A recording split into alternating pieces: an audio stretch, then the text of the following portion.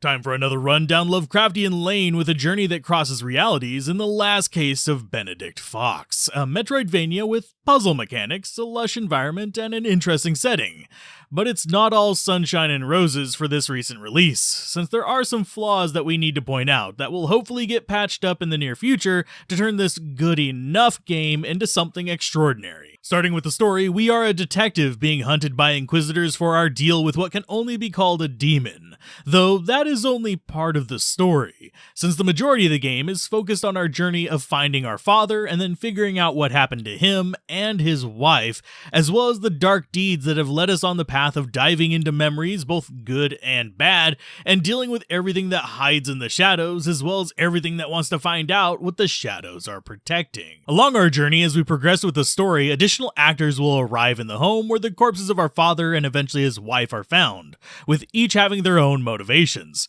from the mysterious Harry that provides you items and upgrades, to the tattooist that can see past the veil, but also improves the potency of our companion, to the weaponsmith that will upgrade your weapons, and even a very important tool. You'll even run across an old friend of your father's that will have an important role later on, that we will not spoil here. While convoluted and intertwining, the story is decent enough and dives into the twisted chaos that a lot of games like this pursue, often coming in the form of puzzle pieces and small tidbits that you have to piece together to get the bigger picture, rather than a simple flowing narrative. So you'll find a handful of people having trouble to keep track of it, but the information is there to assemble into a cohesive and interesting story if you pay attention to it. It is worth noting, though, that the game does deal with some touchy subjects at points, such as rejection, depression, and even suicide, as well as even hints at various other traumatic situations. And while they're not lingered on, you do want to take the warning at the beginning of the game seriously if these types of subjects bother you,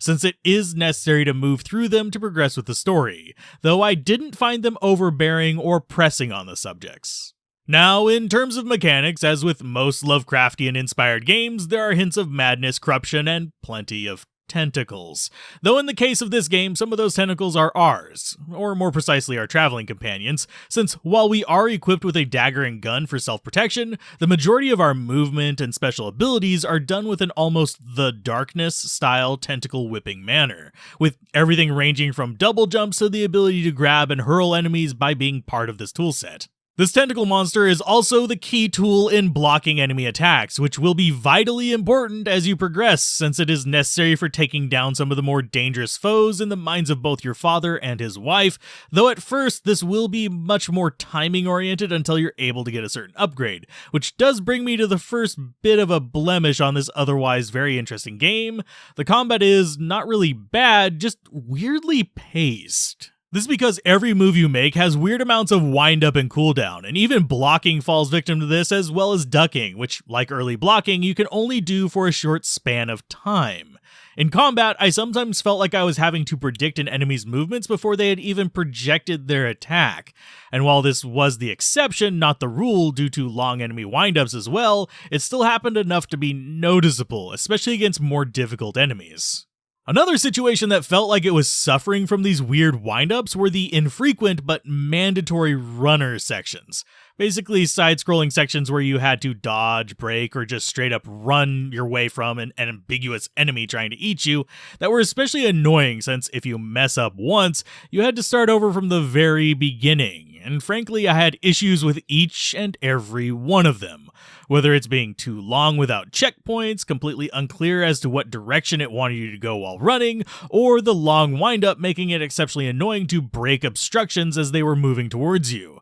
A bug with one made me a bit salty too, since I got eaten during the cutscene at the end, and had to redo the entire run while my sprite refused to load. A similar clunkiness was found in a few encounters, but probably the one that sticks out to me most in my memory is an Inquisitor battle that I had to turn on easy mode for eventually, because it kept trapping me in locations since my double jump tentacles could not find ceilings to latch onto, and the Inquisitors themselves are invincible because that's their shtick. So getting pinned in a corner was just just death, since while I could sit there and slowly wobble them around while blocking their attacks, the slow pace of their movements would result in it taking ages to just move them far enough back to get around them. And mess up once and you're back to square one, because this game has obnoxious levels of knockback whenever it comes to your character, to the point where I would say it makes Ninja Gaiden look reasonable, which is quite the accomplishment. But simply put, there was more than one situation where I was knocked back a good screen length by an enemy or knocked off a cliff to my death,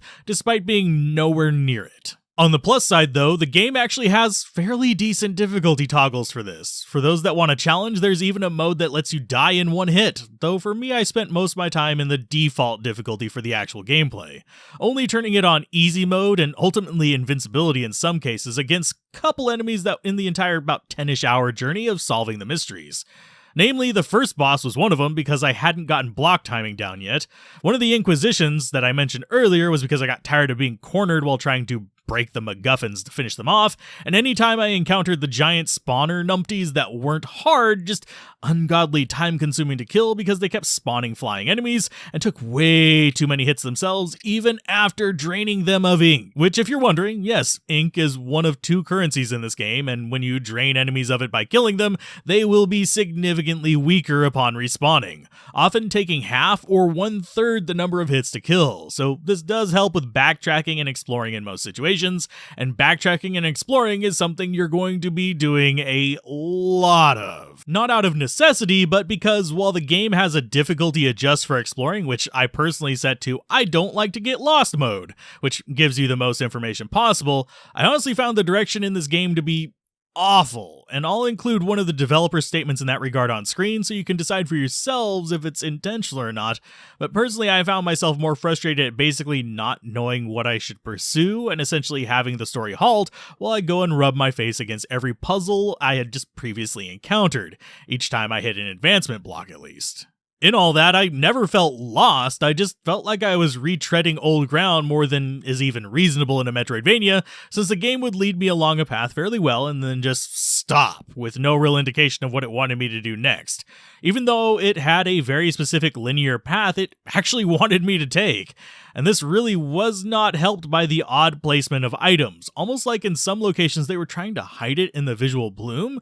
so you'd miss a necessary item to progress. That said, I did eventually find my way through, just by sheer force of face versus wall grinding. Though thankfully, by the time this review comes out, there should be complete video guides, and hopefully some written guides too on how to progress through the title, since I know there were several creators working on these. So if you get stuck, those will give you a bit of a nudge in the right direction. And yes, it's very much stuck, not lost, since I got fairly good at navigating the world even in ways that were not intended. Now the last big part of the gameplay is the puzzles. I did a few of them, and for people that like spinning dials or lining up objects or reading charts for solutions, they're going to be fine enough puzzles. Nothing groundbreaking or innovative, but if you've played any puzzle games with hidden object influences, they'll seem familiar and are more of that. So I generally just turned the puzzle difficulty to let me auto-solve them if I had all the components, since unfortunately, that is a genre of game I just have no patience for, since I either find them far too easy, or I overcomplicate them in my head and just get frustrated. That said, there are a couple puzzles for you puzzle solvers that did frustrate some users as well, but some of the discussions seem to indicate these might be changed in the future, so that's an area, along with hopefully releasing a patch to allow rebinding of controls,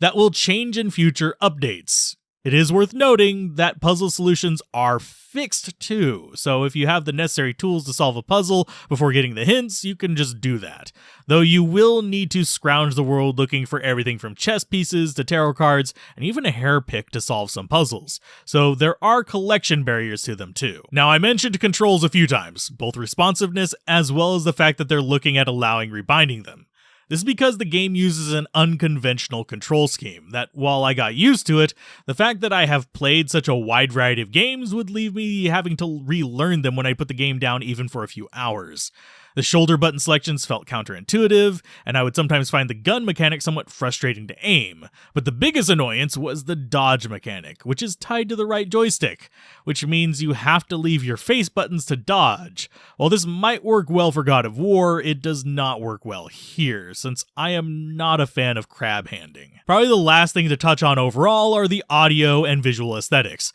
The sound is good, no real bangers that I'd go out and look for the soundtrack for, but enjoyable enough. I think my only complaint would be that I wish the game would be a bit more intelligent about how it incorporates background audio, especially during a certain cutscene while you're on the phone, since I found the background noise from the radio abrasive. Now, I know I can set it to music and that would have been fine, but I had been fiddling with it to see if there was a puzzle in it. So static and random audio noises were in the background of a serious dialogue scene. It was frustrating and they should have just had a predetermined background sound for it. The visual aesthetic is nice as well. The zones do mirror corners of the character's mind and give you an idea of their emotions, as well as directly correlate to the rooms of their home. So you will see similarities in, say, the library in both your father's mind as well as in his wife's mind, and even similarities in the real-world library. But they all do have their certain tone that denotes how they should be perceived for the story. The only real flaws with the visual aspects were the items being hidden by blooms and terrain that I mentioned earlier, but also due to being 2.5D, there were a number of situations where the terrain was actually blocking threats in combat, with a few times where I'd open a door only to be hit by something impossible to see, or trying to traverse some platforming and have the foreground move in the way of basically the terrain I was navigating, so I wouldn't be able to track where I was going. And there were a few situations where I wasn't entirely sure what was foreground or background or traversable terrain until I went there. It wasn't game-breaking, just occasionally annoying. I should note here that due to how the game handles saves, I would currently avoid it on Xbox, since there are a ton of reports of running into bugs and losing hours of play. While on PC, I never really ran into this issue other than losing maybe 20 minutes to a soft lock where I ended up in a staring contest with a boss. That was resolved by restarting the game and starting that segment over. I think the only thing left to really pick at would be that when you're in one of the segments that pulls you out of the normal map or that isolates you in the story, you also lose access to your menu. So in situations like the final boss or a segment where you're in a time loop or even an infinite runner segment, you lose the ability to adjust difficulty or even adjust game settings, since the only options available are to return to the game or return to the main menu, which is weird. Now, all that aside, I did end up beating the game. That means the world was compelling enough for me to get through the title enough to finish it, and ultimately give it a proper review tag. Though these did take me from initially wanting to explore every nook and cranny and 100%ing the title, to instead by about halfway through just having the overwhelming desire to just finish the game and reach its conclusion so I could be satisfied with the story. So I never ended up finishing all of the side quests, just most of them, and feel like I got my fill out of this in the 10 or 11 hours of actual play. Though only about 8 hours of that was actually progressing content, since the only difficulties I ran into outside of the first boss were bugs and direction. So overall, my opinion of the game is that I liked it, but only so much, because it consistently felt like I was fighting the game more than the enemies and the world.